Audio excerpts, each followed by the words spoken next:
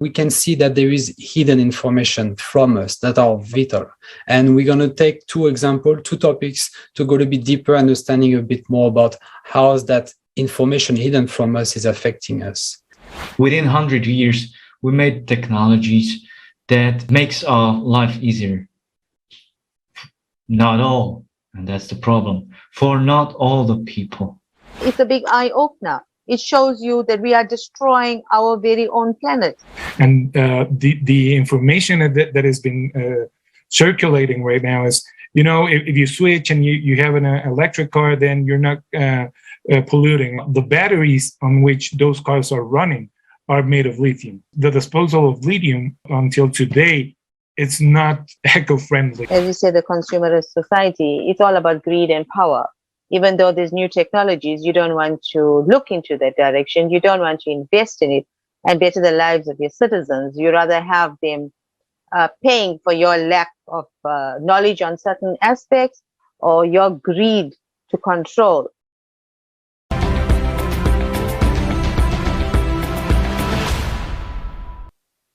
Dear viewers, let us welcome you today to the international discussion on the platform of Creative Society. Within this framework, we discuss with our guests vital topics that affect the entire society, such as climate change, ecology issues, economic crisis, moral crisis, and many more. The goal is to provide a platform for the people to share their knowledge and experience and together outline the ways to solve these issues. After all, we are all affected by the consumer format of society as the primary root cause for all of the above mentioned. But as we could see, conducting social polls throughout the last 10 years with millions of people all around the world, 99% of them were responding that they would like to live in a world where there's peace, where there's friendship between people, and where they are certain in the next day. But this can only be done by uniting and taking active position, just like our guest today did. The next significant event and strategical important step for all of humanity would take place on the May 7th, 2022. The Forum Global Crisis, We Are People, We Want to Live. It would be translated into 100 languages. We, the people of 180 countries, will go even deeper into the facts and the truth that is hidden from us. Because we understand that silence and inaction is no longer an option. For when we remain silent, we are supporting the horror of the consumerism format of society. So don't be indifferent. Tell everybody about this forum. Together, in large-scale unification, we can only survive, but thrive as a civilization, and it's possible only if we build a creative society. Modern collaborationism, who is playing on the side of the common enemy of humanity? The real cause of global climate change. Who and why is hidden the truth from people? Climate disasters through the eyes of eyewitnesses. Refugee, why is it affecting everybody? Escalating social violence and slavery and human trafficking. And most importantly, solution will be discussed at the forum. So if you want to be an important partner of this vital forum, please write to info@creativesociety.com. And with us today, we've got our dear guests, so I would like to introduce them. We've got Alejandro Fernandez Merino from Mexico, industrial engineer, MBA, PhD in strategic planning, and research professor. Welcome, Alejandro. Hello, everyone. We also have Eva Munsami, founder and CEO of TSEDI Hope Foundation from South Africa. Welcome, Eva. And we also have Radovan Dobrovodský, mechanical engineer in automotive industry from Vienna. Welcome. Hello. Great. Welcome, everybody. So there is a main topic for this roundtable today. We mentioned it in the conference that happened, the conference that come, where we can see that there is hidden information from us that are vital. And we're going to take two topics to go a bit deeper, understanding a bit more about how that information hidden from us is affecting us. But before that, another topic that we mentioned about what can be discussed in the next conference is climate disaster through the eyes of eyewitnesses. And I just wanted to take the time having Eva with us today to ask her a little bit more about the situation that occurred not that long ago in South Africa, and tell us a little bit more from her own eyes what it is, what were the consequences, and how she can maybe see the situation moving forward. Eva, can you tell us a little bit more about the situation? Thank you, Jonathan. At present, as I spoke before to you and to Marek, it's been an absolute disaster in KZN. The flooding has caused so much of turmoil. People have lost everything. I guess flooding in any part of the world, people go to the same kind of feelings of anger and remorse. But, as I said before, I guess if there was plans in place and people were told what to do, people were made alert as to what is going on and what do you do if you're faced in a certain situation, what is your evacuation plans, what do you do, where do you go? People were absolutely lost. KZN has lost 400 lives the last time I looked into our headline news. And I feel this could have been avoided. Yes, when the rains came 5 days in a row, we were given the warning, be careful of flooding, just take care, don't go to certain areas. Those warnings came in too late. There were people that were stranded at work. There were businesses that were flooded. Businesses lost everything. We look at these big, huge tankers that sit on ships, that go onto these vast oceans. And we have a container terminal here in Durban. And when I saw those containers floating like little toys, I realized the seriousness of what is going on. If those huge, heavy metal containers can just bob on the water and move along just like little toys, what's the human being? What is humanity going to do? And people losing their homes, their vehicles are just like floating away. People lost their lives. And I feel like we've been through this before, and our government should have been prepared. They should have put plans in place. They should have given a warning, for people, give them an alert and let them know what's happening. The situation here is terrible at the moment. People are living on riverbanks. Their entire homes were washed away. People lost their lives. People were buried by a mudslide. Up till this very day, they are still searching for missing people. So this is a sadness that we go through. We are facing on a daily basis. As a foundation, we go and see and try and help in whichever way we can, providing food, providing water, providing clothing, mattresses, shoes. These are the basic necessities these people need to live and to survive in society. But here we have these huge community halls and different families are now housed under one roof. It's absolutely sad because they now don't have a proper home. They are relying on donations that come in from sponsors to see, where the next meal is coming from. I witnessed this firsthand because when we are going and distributing, the people are excited when they see us. They're excited we bring a bag of clothing. They're excited they're getting a proper home-cooked meal, that's coming out hot from the stove or hot from the fireplace. And these are the things that I believe NGOs are the earth angels. They take care and do the work and the things that our governments don't do, and the best part of it, they do it voluntary. It's their love and their passion. And this is the passion that I have as a humanitarian, and nobody can take that away from me. But if I can help do something to make it right somewhere, somehow, we would all want to live in a beautiful society, a creative society. Yes, obviously it's very difficult for the people to cope with all of the climate disasters that are happening all around the world. Maybe some of our guests today would also like to express their experience. I'm not sure whether, Alejandro, you have such an experience. You live in Mexico, and we know that Latin America generally is pretty known for volcano activity. If you would like to share your experience from this sector as well. Yes. Yeah, well, I live in Puebla, which is a city about 2 hours south from Mexico City, the capital. And we are very close to a volcano. And it's been active now for, I don't know, since I can remember.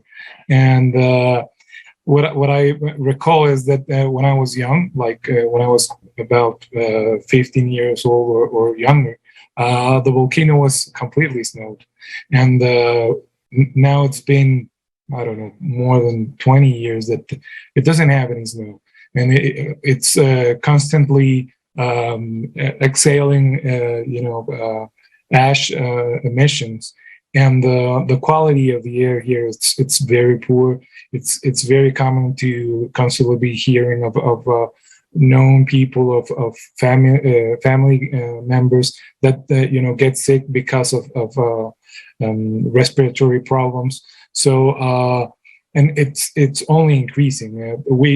It's nothing that we cannot build a dam, or we cannot control by any means the volcano. It's been active for several years. Sorry, and the thing is that in the area where I'm located, there are some other volcanoes, and in the last 5 or 7 years, some other volcanoes have also become active.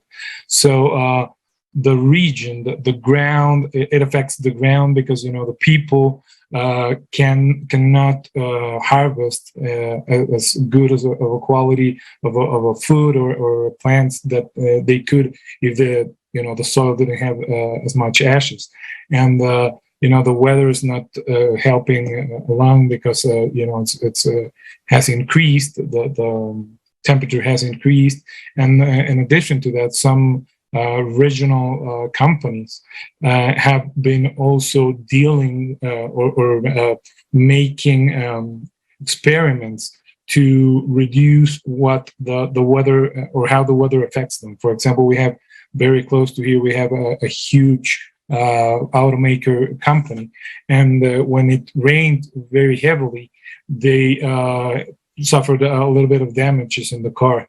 And what they did, they started to make some experiments to shoot, I think it was a silver compound, I don't know the exact formula, to the clouds. So it took away the weather and the raining, so they don't get affected in their damaging the cars. But that also affected the crops and everything. So it's been a little bit of a bad situation, including the volcanoes, the temperature increase, and these experiments by the private sector that affect the weather as a whole, and us as people living here. Thank you very much for this information and first-hand, indeed, from people living in this situation, either Eva or you in Mexico. I think it's kind of illustrates the topic that we really wanted to address, is that the information, either it's hidden from people or it's maybe just mentioned and then we move on to something else because another event will occur. The flood in South Africa, I heard about it, but I don't hear much about it anymore because some other things happen, but the people over there are still suffering. In Mexico, it seems that people are suffering constantly from this increased activity of the volcano, and doesn't seem that it's gonna stop anytime soon. So it's important that everybody really have the right information to be able to make the right decision on how we can move forward and build our future. So that's really what the information piece that we wanted to talk about today. And we took 2 examples to highlight this. So the last conference in December highlighted a lot of information unknown to actually many people, but very crucial for our future and it's concerning everybody. So one of the topics that we wanted to talk about, it's about garbage, because it's really concerning everybody. Everybody has that, and nobody can say that it doesn't concern them. And how our modern society and advanced society is currently actually managing the ever-increasing amount of trash that it generates.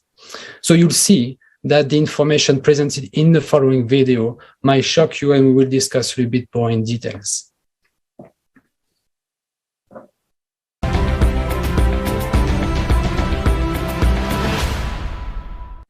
Garbage. Recycling. Does recycling really exist?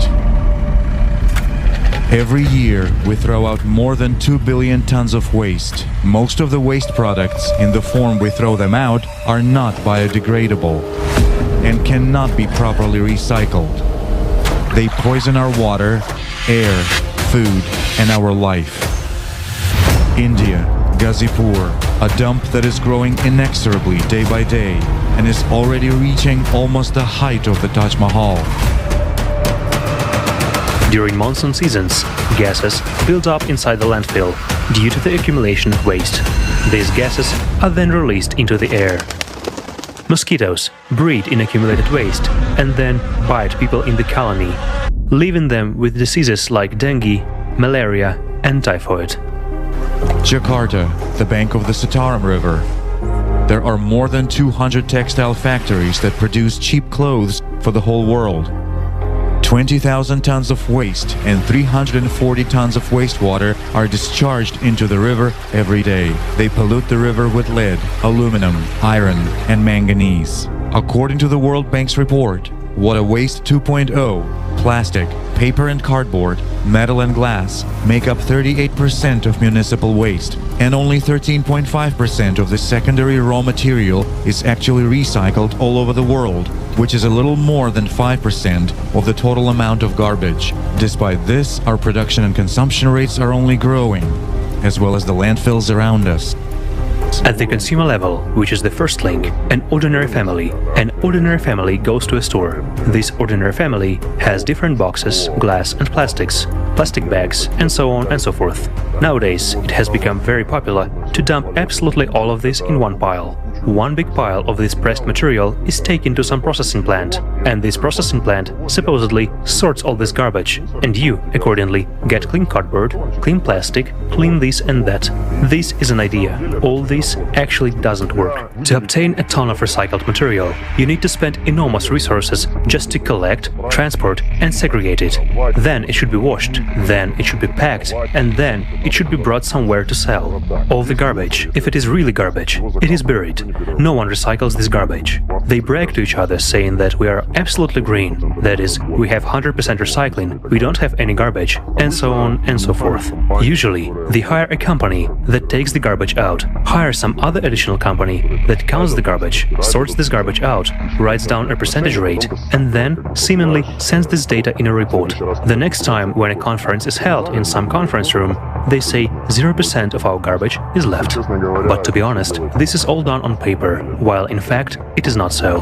That is, it turns out that now we need to spend a lot more money, and no one is ready for this. Nobody needs it. No one wants to wave the green flag, and at the same time pay some crazy amount of money. Recycling is imperfect. We can do a lot more and we can do a lot better. Most of the recycling we do around the world right now shouldn't actually be called recycling. It should be called downcycling, meaning a drink bottle becomes something completely different. And once it becomes downcycled, it can't be reused again. So the quality of the plastic product is lower. We couldn't really recycle them even if we wanted to. So we have to ask ourselves the question, why are they even being allowed to be created from the outset if they don't have a home or a purpose? And so right now, I would say the scientific consensus or the evidence is that we don't quite know what can and should be done with ocean plastics. There are some things already being done. Ocean plastics are being turned into shoes and swimwear and yoga pants and all kinds of things. But it's pretty doubtful that that's actually the best thing that we should be doing with ocean plastics. This is probably actually just delaying a meaningful solution and along the way creating a lot more problems than solutions. Let's take PET plastic. Freshly made, it costs around 500 euros per ton. Recycled plastic around 1,000 euros. And recycled ocean plastic is even more expensive. It is not at all profitable for a manufacturer to make the cost of the product twice as high. Moreover, under conditions of fierce competition, his product becomes unprofitable. Plastic recyclers even go so far as to add a greater part of the new plastic to the recycled plastic and sell it under the label recycled. The declared data on waste recycling often differ from the real picture.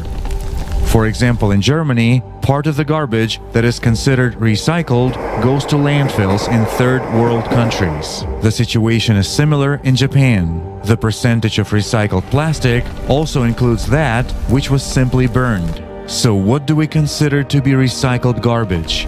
The one that got into the clouds and became our air and then returned to our food with the rain and water. Garbage is the rotting face of the consumerist format of society. We are killing the planet with it, and what's even more, we are killing ourselves. It is not profitable for us to recycle garbage. We don't benefit from developing technology that would clean up our planet. But is it really us who do not benefit, or the consumerist economy, which we ourselves have placed above human life?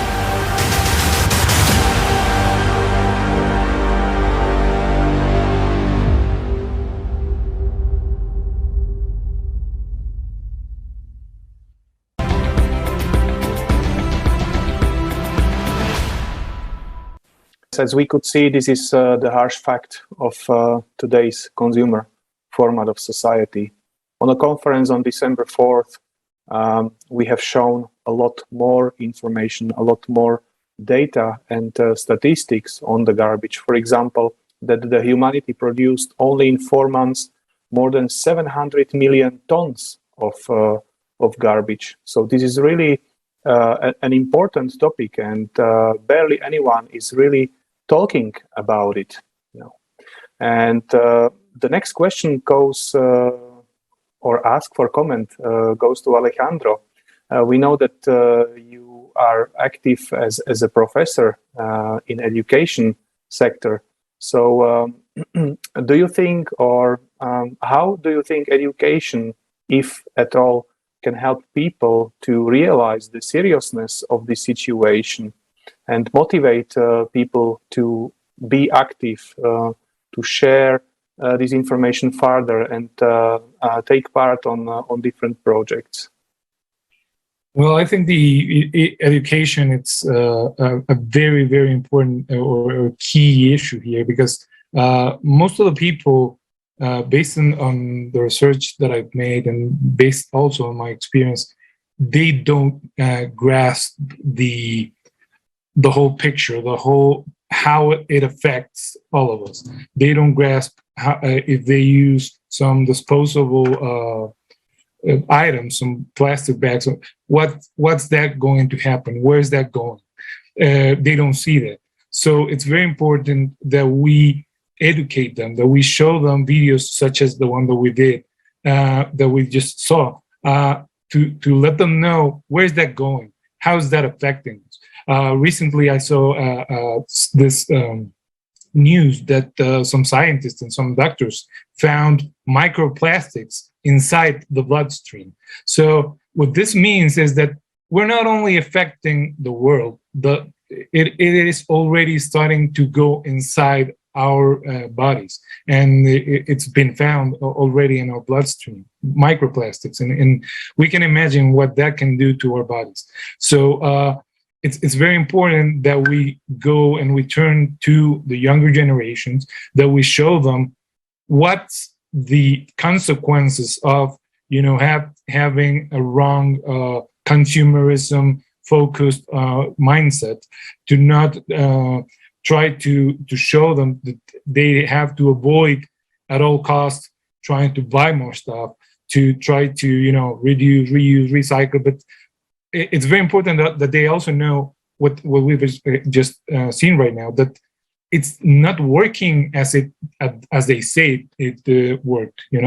It's not. We're not recycling. We're just downcycling, as the video just showed us.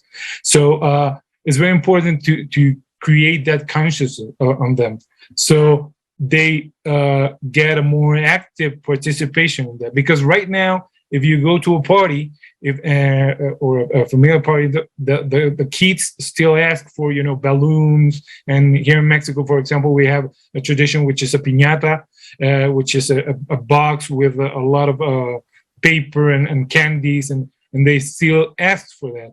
And if we get to educate them and tell them, you know what, you can have the candies and you can have the presents, but once you receive them and then you throw away the plastic, that plastic is going to affect the land, it's going to affect the sea corpse, and it's going to affect everybody sooner or later. So I cannot emphasize how important it is that we educate ourselves, that we educate and share this information with the closer people that we have, and we try to spread this information to as many people as we can, because there's a lot of people that they don't realize the impact and the damage and how quick this can hit us back. There are many people that through some polls that I've been see through my research, that they still think as global warming and climate change as if it wasn't real, if it was just some agenda that some guys or some people are trying to mention. But it is real and it's affecting everybody. So we must do as much as we can to share this information, to get them educated, to see the impact of them, see how fish die, how birds and animals eat plastics and they get killed, and then we grab some of these animals and we eat them ourselves, and we get poison also. So it's very important that we do that. Yeah, thank you very much for your comments on this. Indeed, I mean, once again, information is key. Making sure that people are informed is very important. Maybe a subsequent question on that to Radovan. And when we watched this video, for me, there was many information that I was just not aware of it. So what is it that we don't really hear about it from mass media? Or maybe if we go even deeper, why is that information maybe hidden from us on this garbage topic? Well, what I'm sure about that is that actually what the scientists already say, that it's only downcycling, it's not recycling. Why is that? Because you have this machinery of already integrated companies. If a company is already integrated, they don't invest too much in new technologies. Why is that? Because new technology, those investments, they are long lasting. It means you don't have refunding of those investments. And nowadays, the consumer society is so aimed that you have to have profit in a day. Yesterday it was too late to have profit. So that's why that's already, or I would say it's the mentality of big companies, where these ways of searching, or this searching for new ways, is not adopted, not accepted. That's why they are called slowly developing. And it really, as we now see in consumer society, it has to be from a government set a regulation, then does something a company. That's why in consumer society, for example, we have this technology that is really recycling. It was invented, or it was made in Czech Republic with a private company and Brno Technical University. They are really recycling. They have already installed 5 of these machines in the world, mostly in Africa. But they are desperate for investments. One such installment cost about 90 million Czech crowns, actually. And that's, if you see, that's not too much. And it uses a membrane which separates it. It makes the plastic, or actually every kind of garbage, almost every garbage, it makes to gas, and the gas goes through a membrane which counts then the carbon molecules.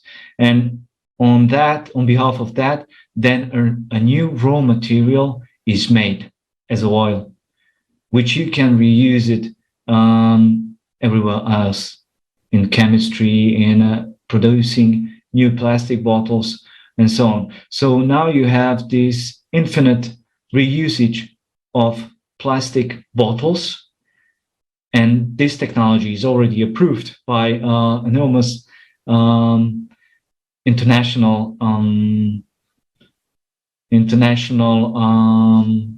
societies like TSEDI or ISO and so on, International Standardization Organization. They are all the certificates. They were also in Forbes presented, but they are desperate for investment. And nowadays they are actually making everybody to invest there. So anybody can invest, because nobody wants that. Governments don't actually, either they don't know, as Alejandro already said, because nobody knows. There's no spreading information. Nobody is aware. And that's why the technology is not adopted worldwide. Yes, so Thank you. Yes, there are a lot of technologies that have not been adopted, despite they exist, and this is just because it's not profitable for someone. On the conference on December 4th, we, for example, realized about how mafia in Italy is dealing with the garbage, and there was an interview, and this guy said that dealing with garbage is even more profitable than dealing with drugs, and less dangerous for them, So these are the absurdities of the consumer format of society, and seemingly, as Alejandro was saying, that generally the entire picture is missing. What happens then in all of this chain with and stuff like that? But the point is that they do not actually follow whether it is done the way, what happens with the garbage as it's taken out from their homes. So the complexity is really missing. And having you here, Radovan, I know you live in Austria. Do you think that there is this complexity awareness of the people in this topic? They're trying. They are trying enormous, but you can see also the difference between land, villages They are separating. They are very aware of that. They are separating. So they are doing their thing. But if you go to a big company in Austria, in Vienna, you don't see the separation of the material in offices, for example, which I was very impressed, because I thought here in Austria, they're all aware of that. But Marek, as you said, the endpoint is missing. So nobody cares. He's done his work. He's separated the garbage. But then nobody asks where the garbage is gone, where it ends, what happens to it. Because I already shared the videos and the plastics, and shared also the technology, as I'm working with a lot of engineers surrounding me. So they didn't knew that. So the awareness is not as high in Austria as I thought before. Yeah, amazing. And I think Alejandro would like to add something to this topic. Yes, in addition to that, and it's also mentioned in the video, is that one very important key component here is the focus that everybody puts in this situation. Because if you go to the schools in any year, but mainly in the advanced degrees or years, the main focus is always profit. It's always getting richer. It's always acquiring the most amount of wealth and money. And that's a very important part of the problem, because as the video showed, is right now recycling is not profitable. So if a person, for example, and what Radovan was mentioning is that if a person right now has some money and wants to invest in something, it's going to prefer something that returns more money to it, not something that helps the climate or helps the earth somehow. So because that's something that's been drilled down in our minds since we are young. You have to be you have to have success in life, and what that success means usually in most of the countries and in most of the education systems is you have to generate as much wealth as you can. You have to amass the most money that you can. And that's the focus. So if that is the focus, then everybody is just focusing on, okay, how do I get cheaper labor force, cheaper materials, don't spend as much time as I would need to recycle and everything, and just get the biggest amount of profit as I can. So that's a very, very important key component, because if we can change that, and if we can show the new generations that that is not the ultimate goal, because if we keep through that path, we are going to kill ourselves and damage the planet severely. So we have to change that focus. We have to show the new generations, okay, the most important thing is not to be the wealthiest person alive, is that we can all be alive and have, be happy and share, and doesn't live through things such as whatever was mentioned, So it's very important that we... maybe, Eva, do you have anything on the topic of the garbage and globally on the awareness of people, maybe, and how important it is for them to be aware with the reality of the situation? Thank you, Jonathan. I actually do have, while I was listening to Alejandro, it took me back in time to something very important. And I remember education plays a key role. As you said, we got to speak it forward. We got to teach it to the new generation. I remember growing up in school, we were always taught never to litter. That's number one.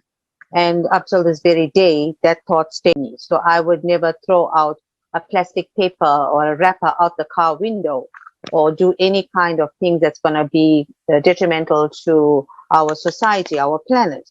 But brings me back to where it is right now, with regards to the kind of community that we are taking care of. So I'm now talking about the forgotten communities.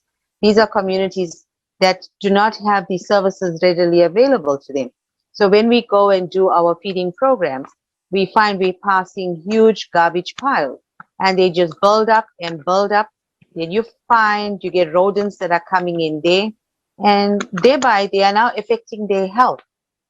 So it's one thing that leads to the next. Yes, we do recycling in South Africa. We do get these huge, massive containers placed in strategic points where you can dump your plastic, your paper, and you split them up with your glass bottles. And everything is about a business. Everybody wants to make a quick buck. So you find some people will adhere to those rules, will take the glass bottles to those containers. And then there are some that won't. Some will just throw it out the car window. Some will throw it out their home.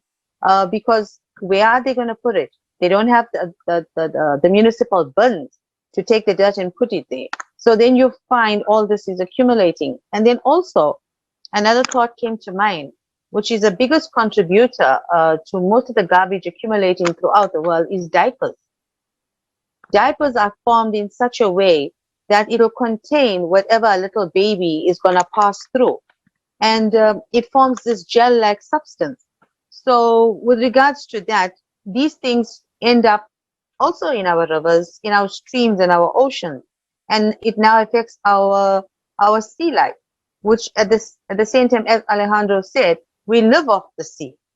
And whatever we are eating from there, whatever goes into the sea, into the fish, and we are eating it, is going to affect our health.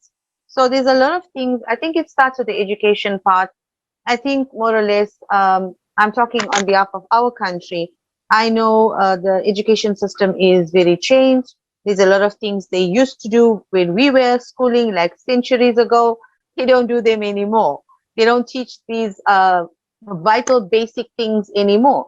So I think, going back down to the square root number one, saying, start with the littering. Don't do this. Show the video like what we just saw. It's a big eye opener. It shows you that we are destroying our very own planet. And as humanity, if we can all work together and come together to make a difference, to say, look, there's people here. Yes, those that are living in a good formed society, they have municipal vehicles that come along and collect the garbage and do whatever. But let's just help those that are living in rural areas that don't have these services. So let's educate them as well and tell them, look, this is a container, this is capture for your glass bottles, this is capture for your paper, and this is capture for your plastic.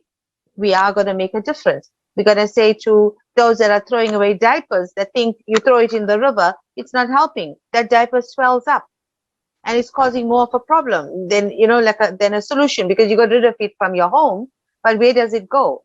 So the landfill sites, we do have them here in South Africa as well. We also have people that go around collecting tin cans. They try to earn an honest living by selling it to manufacturers, where they take them by weight and pay them something for their services and time of collecting them. That, in a sense, if we do this on a regular basis and divide what we have, we can create employment, because at the present moment, unemployment rate in South Africa is very, very bad. So there is ways. Education plays a basic part, I believe, where we can help our society, we can help humanity. Thank you. Thank you, Eva.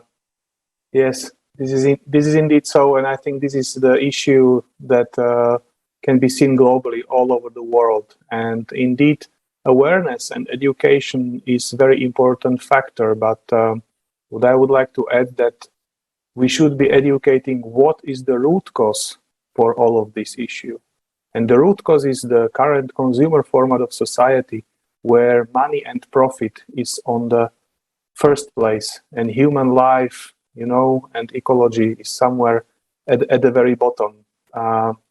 As we've heard from our speakers, from investors' standpoint of view, up to the small kid collecting the cans to earn for living, everything is circled around money.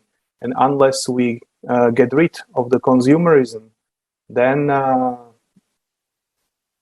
there is no outcome of this, And I would like to move on now. And the next topic that is also not really interesting from the, let's say, profitability point of view is the way how we generate energy. And in particular, I'm talking about free energy. So let's watch a short introduction video.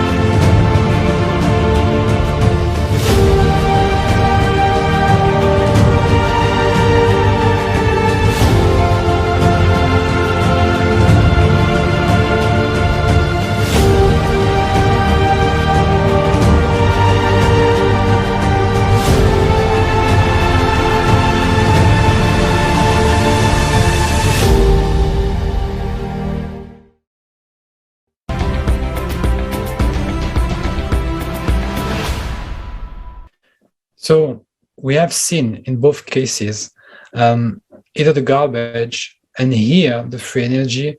Why is no one is really talking about it? Once again, we're going back to this idea of why is this information is not widely spread. But the answer is because in consumer society, there is hidden information since it's not profitable. So Radovan, could you tell us more about this kind of paradox and how do you see the situation changing for the best in the future? Yes, thank you. This is a topic that I already mentioned that normally companies wouldn't take this order to make such production for windmills, for example, or solar panels, if it wasn't from higher authorities. We saw it before that really the companies didn't want it to implement it. But then there was this policy about footprint, green footprint, or CO2 footprint. So it was developed and made. But what we have now is a kind of absurdity loop, which says that if I, for example, the steel plants or a company like ArcelorMittal has already in 2019 said, if we want to adopt a new technology, this will be for reducing CO2. This will be costly. We have to develop a new technology, and which will separate then the iron oxide and reduce the CO2 output, and it will make the steel 20 to 30% more expensive. And windmills are made mostly from steel and concrete. So we have this new green technology, which is also not reliable. So we have now a really interesting loop, which for that to be more green, we have to adopt technology which will make the energy focus or the energy output or the green energy to build up more expensive. and everything will be expensive. Who will pay that? As companies are, as we already heard, they are focused on quick profit. The taxes are already rising for normal people. The steel or the electric cars, the chassis is still steel, made of steel. The whole body is from aluminium, which is not as affected as steel, but all the chassis from electro cars are from steel, and they are using the same energy, which is unreliable. So this is very interesting, and when we go further, where investments are missing is also to recycle those windmills, those solar panels, which the technology was not really implemented, and really not, there was no investment at all in this field. So they are also ending up on landfills. You can imagine those cracked windmills which were cracked by a wind. Funny thing. They also end up somewhere in landfills or somewhere put it down to be, I don't know, either reused or not reused, just they will be standing there. And although we have technologies which were showed, for example, safe technologies from South Africa, actually they use high radio frequencies to emit energy. This was already proved. This was already documented, for example, by Foster Gamble in his movie Thrive 2. And they really gone so far that they also adopted this technology into a car. They are already making UAVs, means drones, which can fly then 1,000 miles.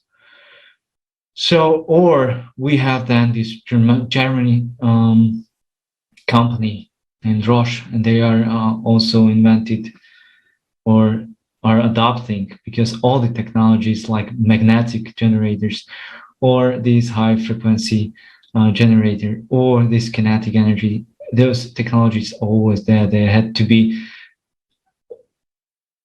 only had to be a focus on that to make it work. That's like everything here on Earth. You just have to make or take a focus or focus more, get some investment to make up a solution for that.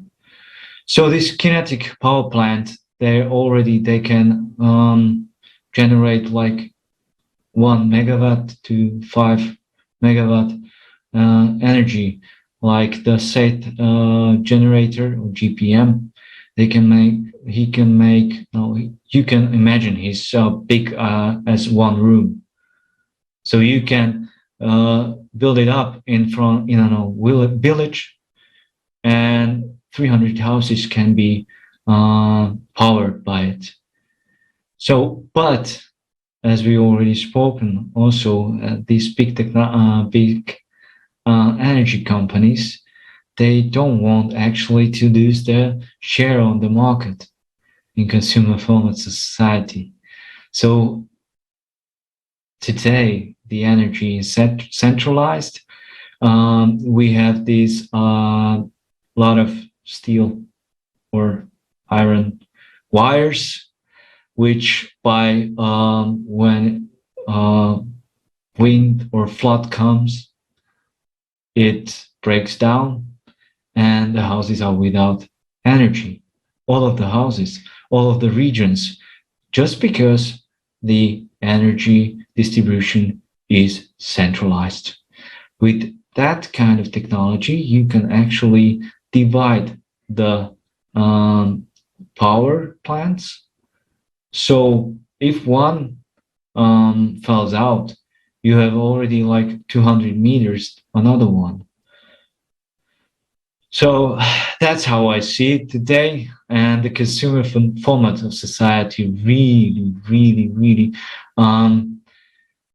breaks the invention of this kind of technology. He doesn't want to adopt this kind of technology because that's a loss of power. Yes, I think you've named it, loss of power. Alejandro or Eva, anything to add from your side?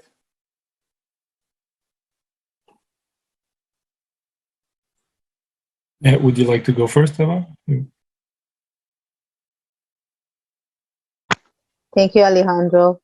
I agree with our former speaker, what he said. We at the moment are experiencing lack of power. Today I'm here and I was like wondering whether I'm still going to be on for this entire video because we have a thing called load shedding. And over the years, it's just gone from bad to worse. So looking at the energy part of it, as we say, the consumerist society, it's all about greed and power. Even though there's new technologies, you don't want to look into that direction. You don't want to invest in it and better the lives of your citizens. You rather have them paying for your lack of knowledge on certain aspects or your greed to control. Because with the flooding, we now have water shortages because infrastructure has been damaged. So we do get water cuts now. We also have power cuts, which goes on a regular basis. It affects our working life. It affects things like this online meetings.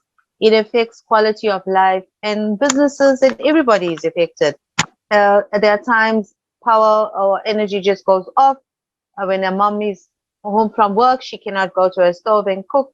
Yes, there are some that can afford generators, so life can carry on as normal. Unfortunately, not everybody. So yes, I do agree. This is another major problem we have worldwide. It is happening in my country. So when you talk to somebody about load shedding, say, what is that? Why do you all have that? So yeah, I think if you can go and ask our powers that be, because everybody is well aware, they do supply to neighboring countries that have no problem. They have electricity and they are living fine. But the South African citizens are suffering. If you go on social media, you will find people ranting and raving about the electricity and the power cuts. They are angry about the water cuts. These are our basic things that we need to survive. And yeah, I guess this is the sad part of the energy, on the energy topic that we're having at this present moment. Thank you. Yes, actually, and now there was this funny picture came to my mind. There was this man standing right next to an electric car that was connected into a windmill, and everything was frozen, and he was making a call and asking, so what next?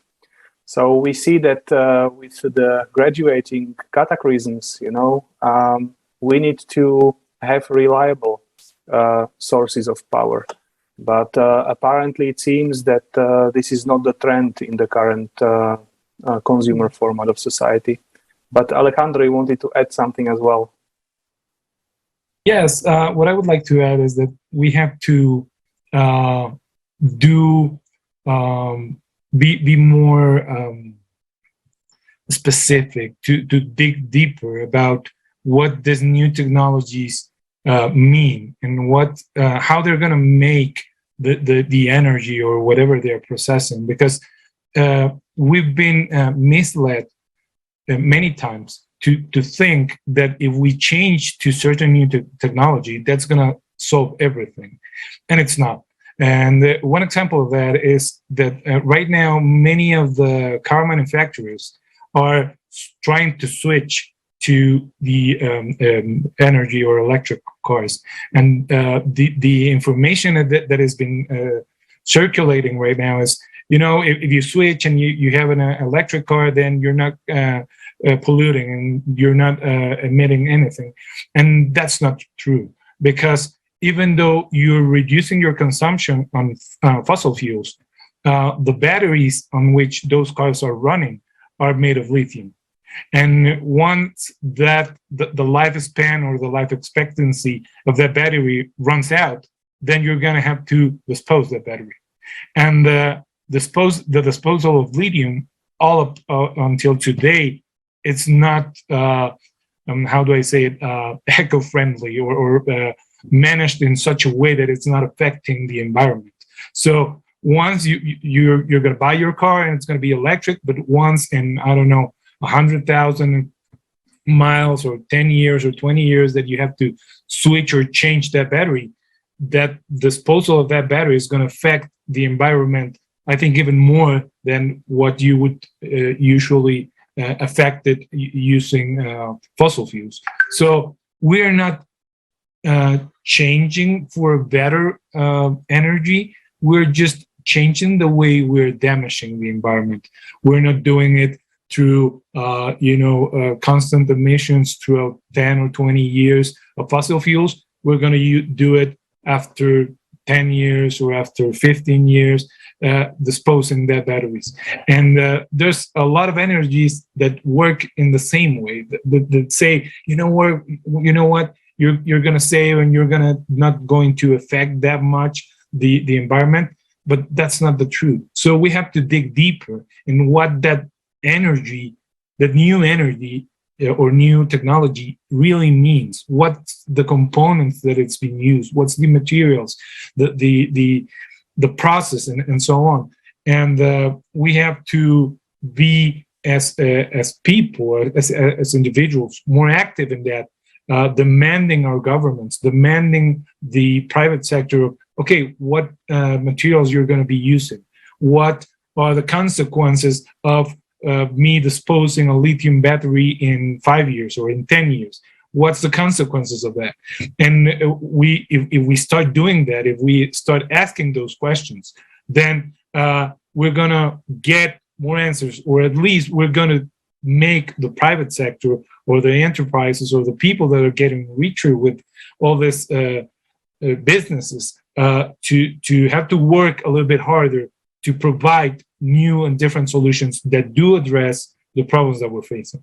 So I think it's very important that we dig deeper, that we analyze, that we ask more questions, and that we show the younger generations that don't go just with there's a saying about going with the shiny new object, just that we don't have to just take the shiny new object, being right now the electric vehicles, to really ask what's behind that, what's the process behind that, what's the materials behind that. And if we do that analysis and it comes out that it does, it's better and it's cleaner, and okay, then we move ahead. But if it's not, then we have to demand better technology and skip or avoid using that technology that it's not going to help us.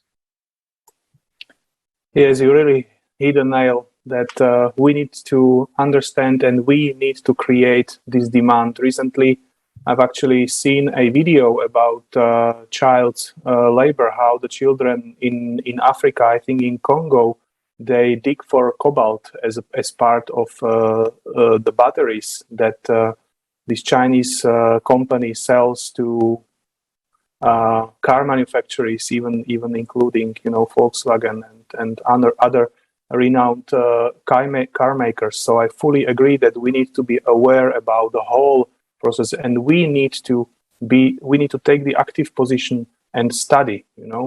And again, where does it ties to? It again ties to the consumer format of society, us delegating the power to someone else's shoulders, being passive and stuff like that. But we need to understand, where does it lead us to? If we don't stop this, where will it lead us to? And the point is that we have other options, and we have got all the tools and possibilities and the technologies to do this. There is this project, Creative Society, and we need to understand why we need to build it. Why are we talking about it?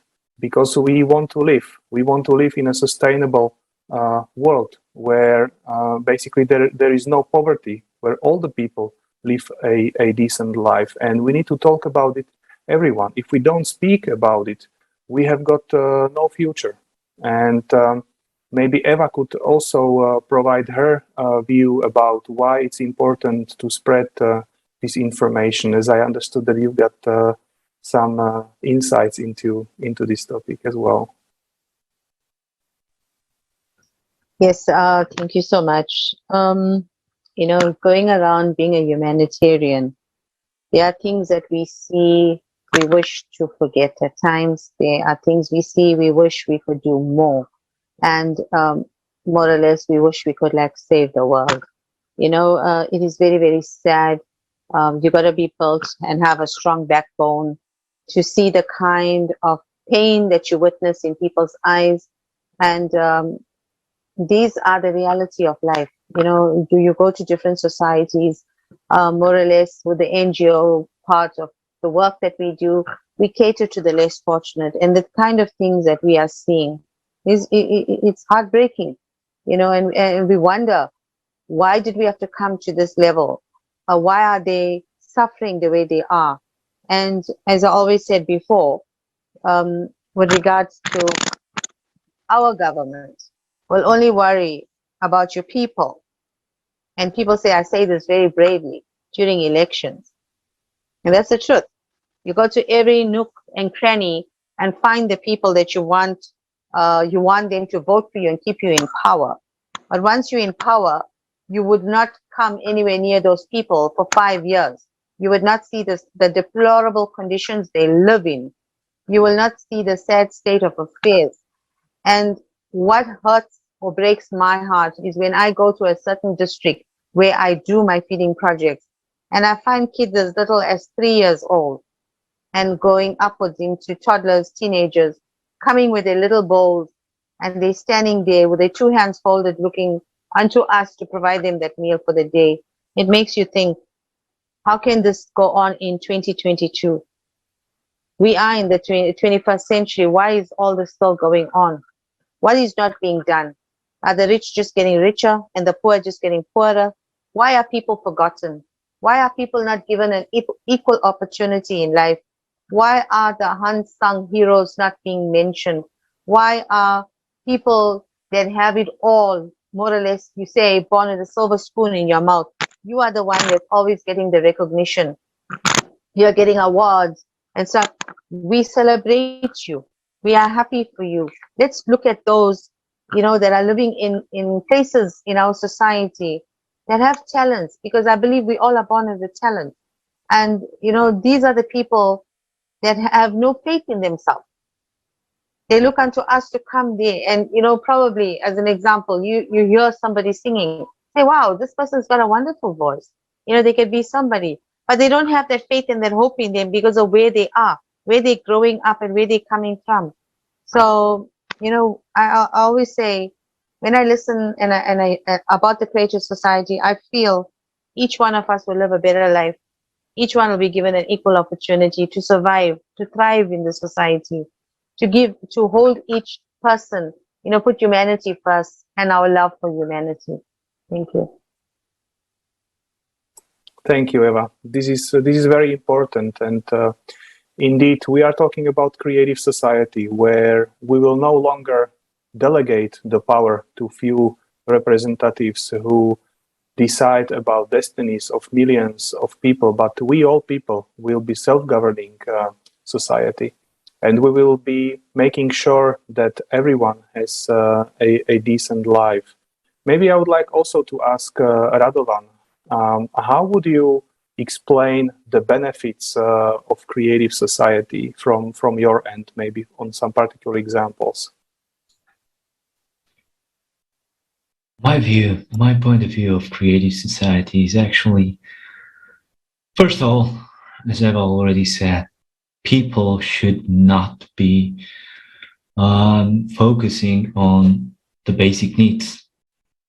Just how can a community, how can a humanities thrive or be something when you have to fight each day about the basic needs of a human being?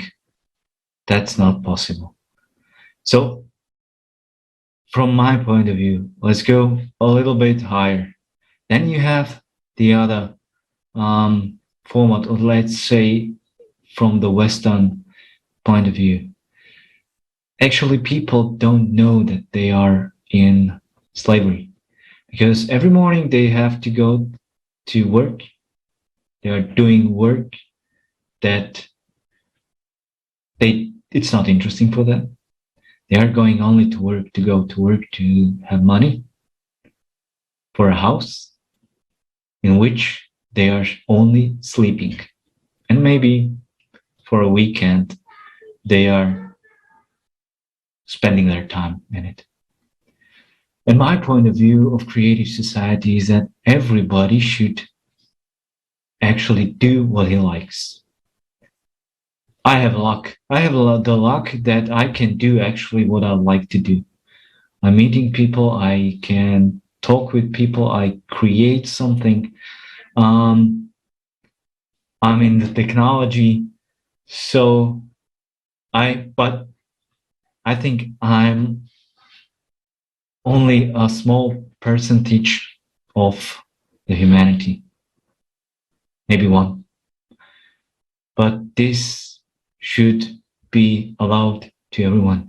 So can you imagine actually the potential if everybody has their all basic needs fulfilled, and then he has some money to live with, and then he can actually do whatever he likes?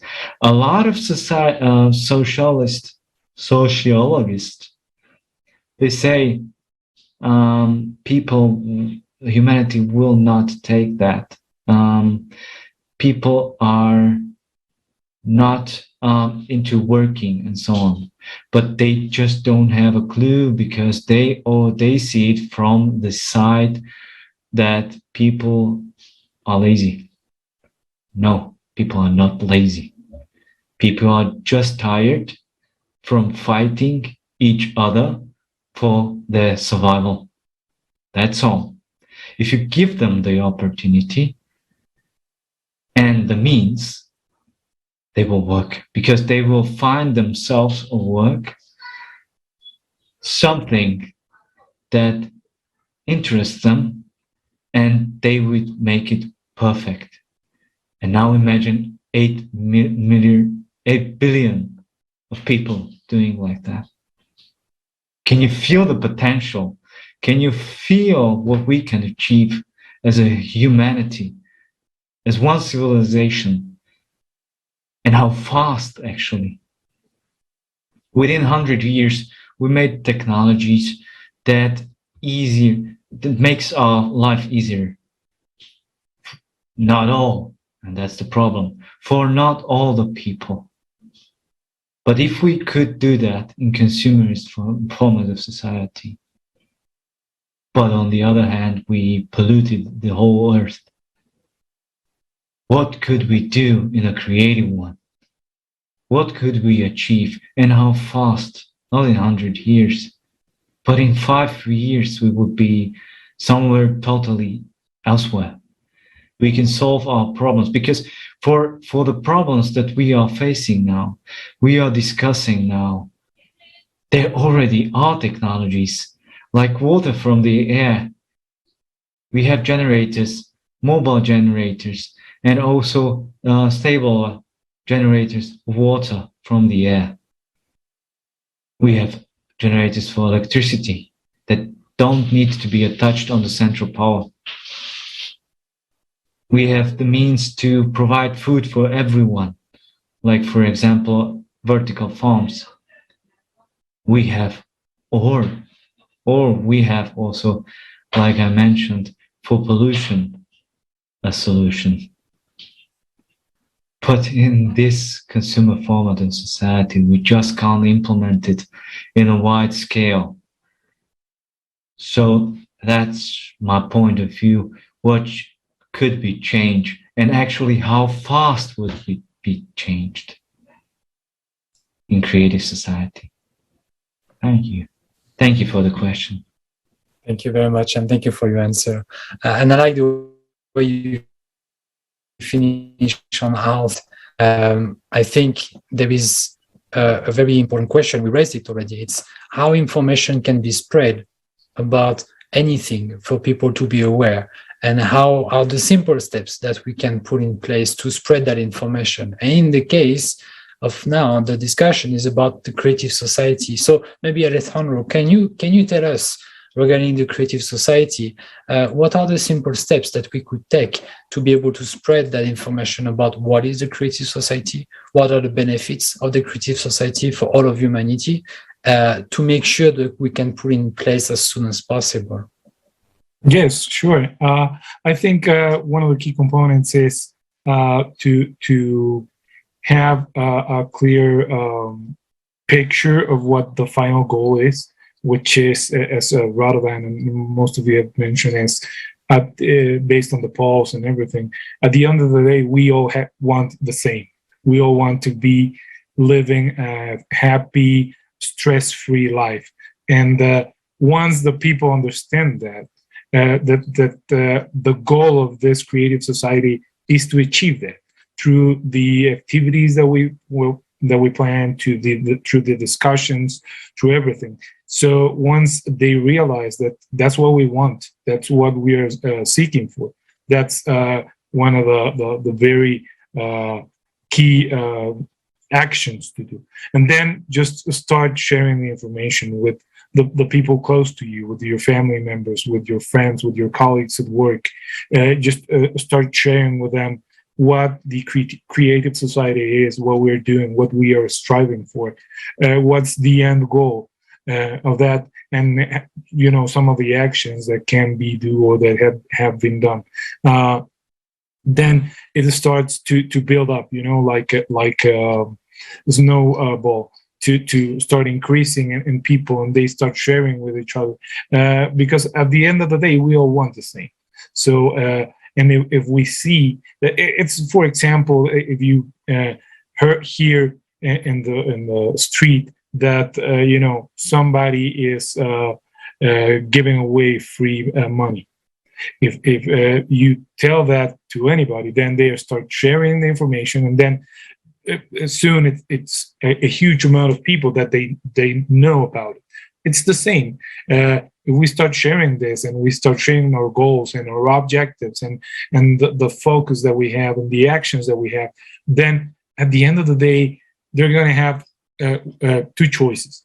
They're going to be, resting in their beds and going to say, okay, I want to keep up with this tiring situation, as Radovan says, as fighting or competing with each other to get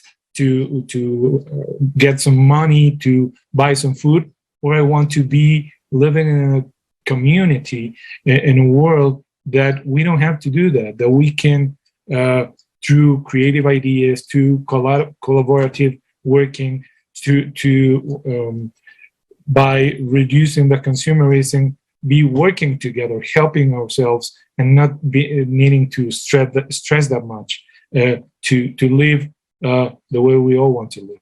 So if we share that, if we start, talking to each other, sharing through social media, sharing with our friends, family, I think that's gonna, start building up momentum and creating like a snowball, which will hopefully and fast detonate in what we want in the very short future. Great, thank you. And indeed, that's exactly what we are here for, spreading this information, because creative society is not something for the future. It's something that starts now, that should have been made yesterday already. And that's why we want to strive for it. Once again, creative society is here for everybody. It's here to solve the issue of the crisis we are in at the moment.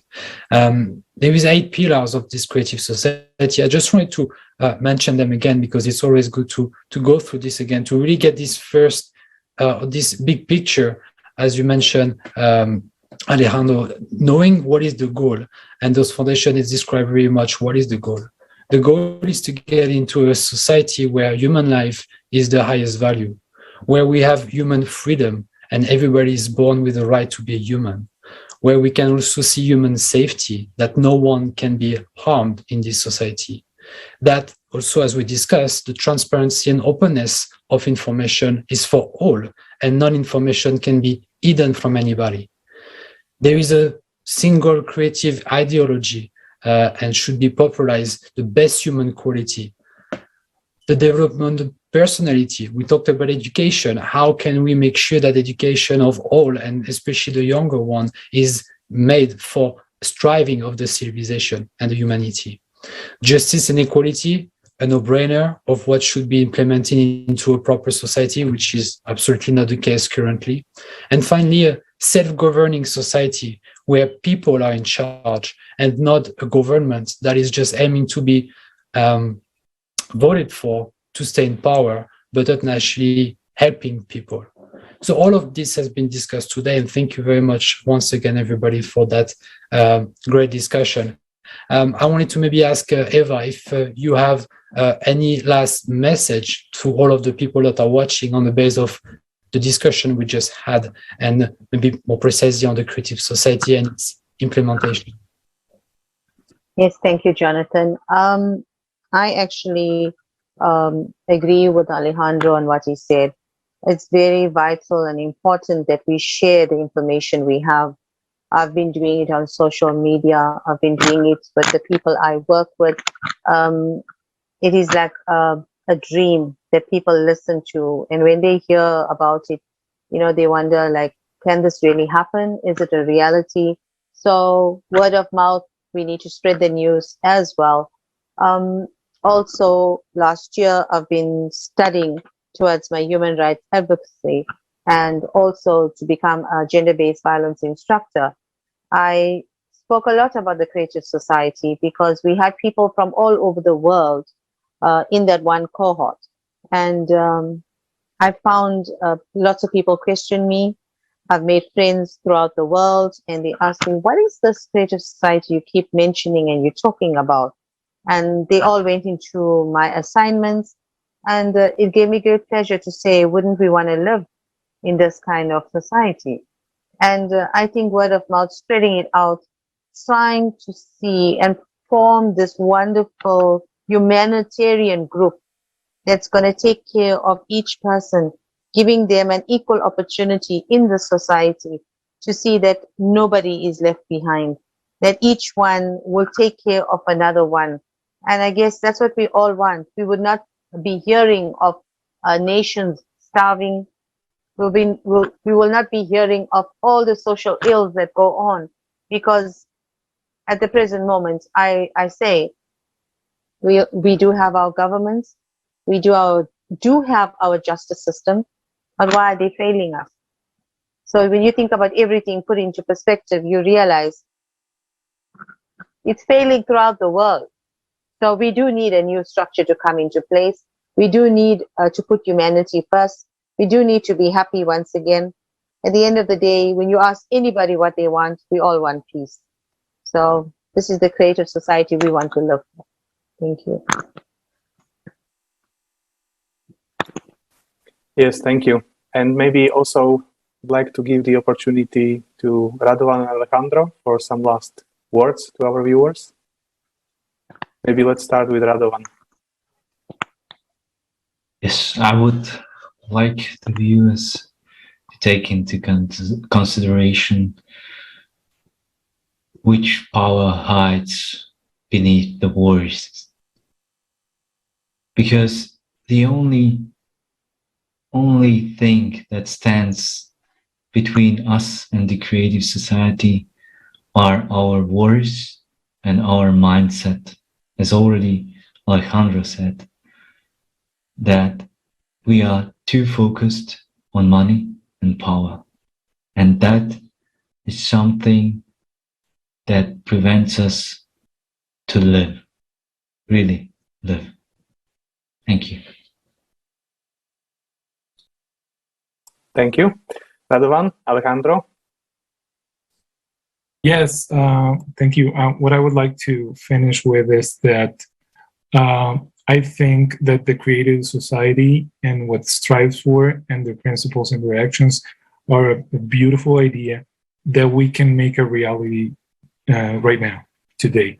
And that if we keep sharing and keep acting and keep going, that we can be this this generation to end all the problems that the human race is facing. We can end poverty, we can end war, we can end hunger, difference between genders and everything, pollution. We can end all of that, and we can be that generation. We can be those people that we could turn in a couple years or in some years and turn back and say, we did that, we fixed it for us and for the future generation, for our children. And now we live in the world that we can. And that depends solely on us and the actions that we do, that we take, and the path that we take based on our decisions. So we can do this. I believe we can. We can and we will, because Creative Society is absolutely feasible and realistic projects with 3 clear steps of implementation that you can find also on our website, creativesociety.com. Thank you, Alejandro, very much. And dear viewers, if you would like to know more about what we have discussed, how we could effectively clean our planet, how we can implement free energy, in that case, please don't miss the upcoming Global Forum that will be held on May 7th. Please save the date. The Global Forum, we are people, we want to live. And this is prepared purely on voluntarily basis by indifferent people who know that we need to take the active position. This Global Forum will be streamed live on tens of thousands of channels and will be simultaneously interpreted into 100 world languages. So please save the date and feel free to join. Thank you. Thank you all, dear guests, for participating into this roundtable. And dear viewers, right now it's the right time to stop being silent, as our guests just been today. Take this responsibility and become a true hero to stand in with Creative Society and all of humanity. Share this information with everybody you know, and share vital information about the upcoming forum, as Marek just mentioned, Global Crisis. We are people, we want to live. Also, if you want to be an informational partner, you can write to info@creativesociety.com. Now, you can take easy, but the most important action by spreading this information in all of social media, all platforms, you know. This information saves people's lives. Let's make this forum stream everywhere. Thank you, and see you at the next international discussion. Thank you very much. Thank you all.